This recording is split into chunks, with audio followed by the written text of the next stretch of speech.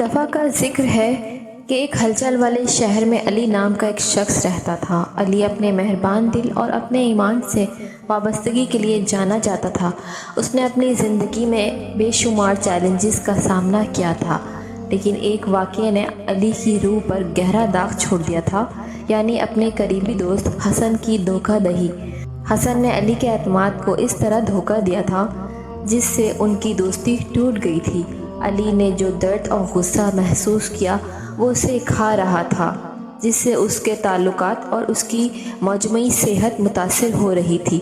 اس کے چاہنے والوں کی طرف سے اسے تسلی دینے اور معاف کرنے کی ترغیب دینے کی کوششوں کے باوجود علی اس ناراضگی کو نہیں چھوڑ سکا جس نے اس کے دل پر قبضہ کر لیا تھا۔ ایک رات جب علی اپنے کمرے میں اکیلا بیٹھا تو اس نے اپنی زندگی اور اپنے غصے کے بوجھ پر غور کیا۔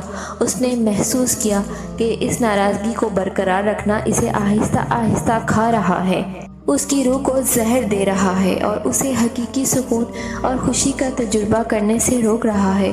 وہ جانتا تھا کہ اسے حسن کو معاف کرنے اور آگے بڑھنے کا راستہ تلاش کرنے کی ضرورت ہے، لیکن وہ یہ جانتا نہیں تھا کہ کہاں سے آغاز کرنا ہے۔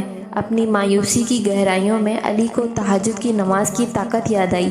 رات کے آخری تہائی حصے میں ادا کی جانے والی خصوصی رات کی نماز اس نے کہیں روحانی شفا اور رہنمائی کے بارے میں لانے کی صلاحیت کی کہانیاں سنی تھیں۔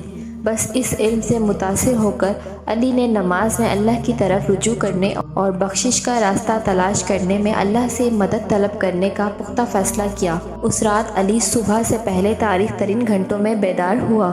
اس نے وضو کیا، تہجد کی نماز کے لیے خود کو تیار کیا۔ بھاری دل اور آنسوؤں سے بھری آنکھوں کے ساتھ اس نے دعا میں ہاتھ اٹھائے، اپنی پریشانی کو بتاتے ہوئے اللہ سے رہنمائی مانگی۔ علی نے اس تکلیف کو تسلیم کرتے ہوئے معافی کے ساتھ اپنی جدوجہد کا اعتراف کیا۔ اس نے اللہ سے طاقت، حکمت اور وضاحت طلب کی کہ وہ اپنی ناراضگی پر قابو پا لے اور حسن کو معاف کرنے کے لیے اپنے اندر تلاش کرے۔ اس نے معافی کے راستے پر رہنمائی اور اس غصے کو چھوڑنے کی صلاحیت کے لیے التجا کی جس نے اسے قید کر رکھا تھا۔ رات کے بعد علی نے نماز تہجد کے لیے خود کو وقف کر دیا۔ اس نے اپنے دل اور روح کو اللہ کے لیے کھول دیا۔ اپنے جذبات کی گہرائیوں میں جھانکتے ہوئے اپنی دعاؤں کے ذریعے اس نے تسلی بخش اور اپنے اندر امن بحال کرنے کا راستہ تلاش کیا۔ جیسے جیسے راتیں ہفتوں میں بدلتی گئیں، علی کا دل نرم ہونے لگا اور اس نے خود کو نبی کریم صلی اللہ علیہ وآلہ وسلم کی طرف سے سکھائے گئے معافی کے اسباق اور رنجشوں کو چھوڑنے کی اہمیت پر غور کرتے ہوئے پایا۔ علی کے لیے اس کی دعاؤں اور عقیدت نے آہستہ آہستہ اس کے نقطۂ نظر کو ہی بدل دیا، جس سے وہ حسن کے اعمال کو ایک مختلف عینک سے دیکھ سکے۔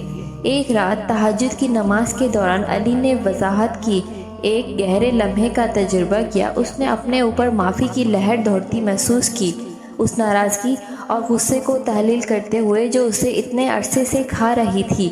اس لمحے اسے احساس ہوا کہ معافی نہ صرف ایک تحفہ ہے جو وہ حسن کو دے سکتا ہے، بلکہ خود کو تلخی کے طوق سے آزاد کرنے کا ذریعہ بھی ہے۔ ایک نئے جذبے کے ساتھ علی نے حسن کو ڈھونڈا اور بات چیت شروع کی۔ اس نے اپنے درد کا اظہار کیا اور بتایا کہ کس طرح اس نے دعا کے ذریعے بخشش کا سفر شروع کیا تھا۔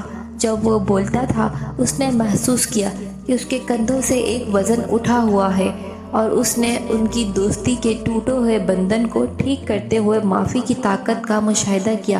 حسن علی کی معافی اور پشیمانی سے حیران رہ گیا۔ وہ بھی اپنے کیے پر پشیمان تھا اور صلح کی طرف خواہش رکھتا تھا۔ دونوں دوستوں نے ایک دوسرے کو گلے لگایا، ان کے دل معافی کی طاقت اور اللہ کے فضل سے سنبھل گئے۔